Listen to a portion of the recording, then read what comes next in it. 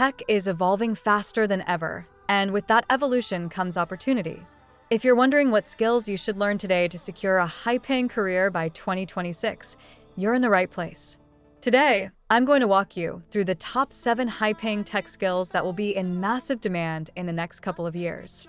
These aren't just trends. These are skills shaping the future. Whether you're a student, a professional thinking of switching paths, or just curious, stick around. One of these skills could be your golden ticket. By 2026, AI will be more than just a buzzword. It'll be the engine behind everything from personalized education to autonomous vehicles. The cloud isn't a place, it's the future of infrastructure. And those who know how to build, manage, and secure cloud systems, they're already in high demand. As technology grows, so do threats. By 2026, cybersecurity will be one of the most crucial tech skills. Data is the new oil, but raw oil is useless without refining. That's where data science and data engineering come in. By 2026, we won't just use screens. We'll walk through our data, touch our designs, and attend meetings in virtual spaces.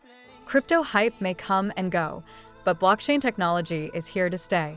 From warehouse automation to surgical bots, robots are becoming a big part of life, and developers who can build and control them will be in high demand.